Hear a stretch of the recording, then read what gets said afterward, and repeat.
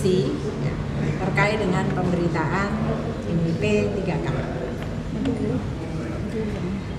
Yang pertama, ini pemerintah provinsi tentunya terus berkomitmen untuk meningkatkan ini pendidikan di Nusa Tenggara Timur.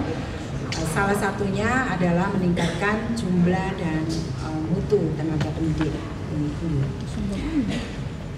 Terkait dengan P3K, seluruh proses administrasi terkait dengan seleksi dan kelulusan P3K guru itu dilakukan oleh pemerintah pusat.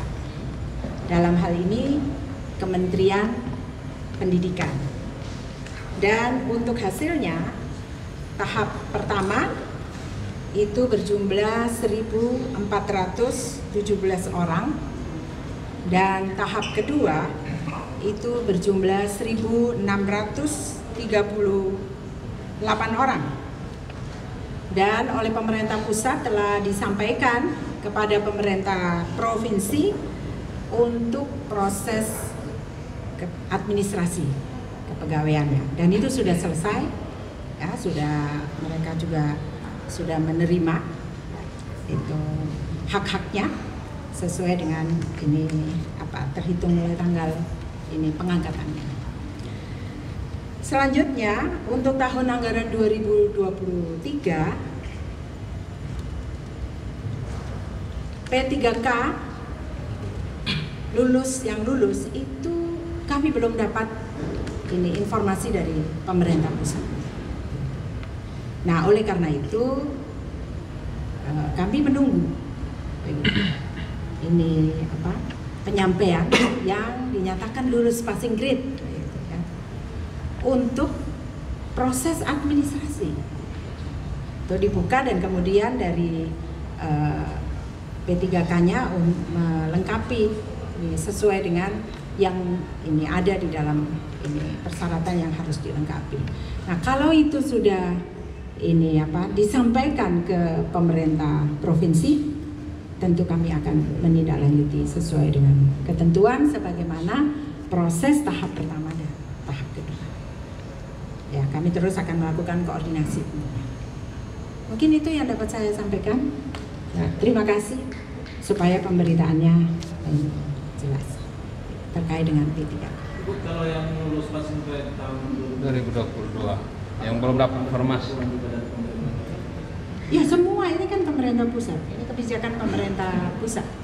Ya, oleh karena itu yang ini membuka tentu pemerintah pusat. Ya. Kemudian menetapkan kelulusan disampaikan untuk kami melengkapi administrasinya.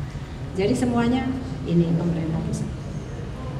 Dan oleh karena itu ketika semua yang sudah ditetapkan dan sudah melengkapi tahap 1 dan 2, tentu itu sudah melekat langsung kepada yang bersangkutan terkait dengan alokasi anggaran. Demikian. Ibu, yang haknya sudah dibayarkan, itu tanggal pengangkatannya kapan? Ya, itu TMT. Ya kan pengangkatan itu sesuai dengan ketika diangkat ya. Tentu berdasarkan pengangkatan, iya, itu berbeda untuk yang tahap 1 dan tahap kedua.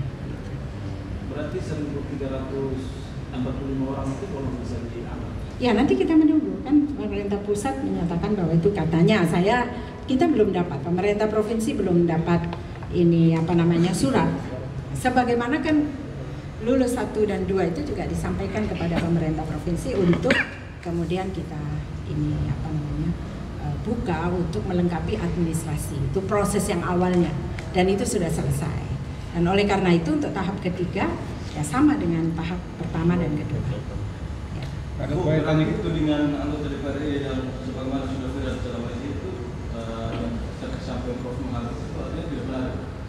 Ya, itu kan mereka orang pusat ya dapat ini informasi, maka saya bilang ketika dibuka ya dibukanya siapa yang buka, kan harusnya pusat yang buka.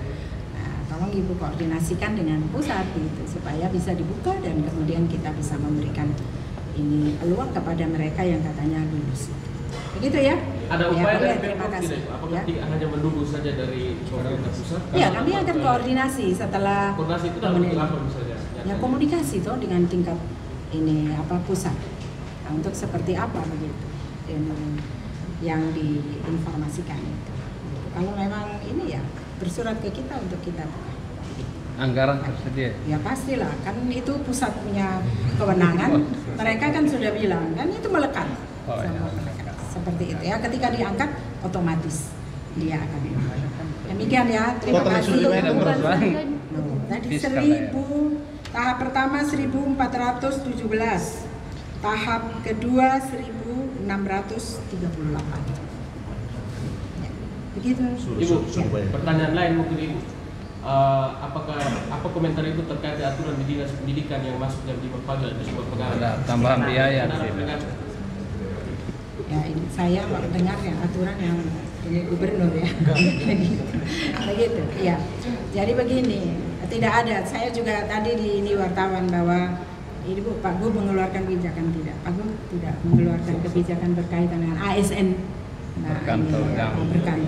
Tapi itu mungkin ya, saya belum koordinasi dengan ini dinas kebijakan dalam kaitan dengan evaluasi.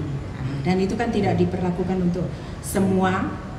Itu yang ditugaskan saja seperti itu ya, yang ditugaskan otomatis ya karena mengevaluasi kegiatan pelaksanaan jam 5.30 ya, masa kalau pelaksanaannya 5.30 datangnya jam 9 ya, bagaimana evaluasinya kan gitu.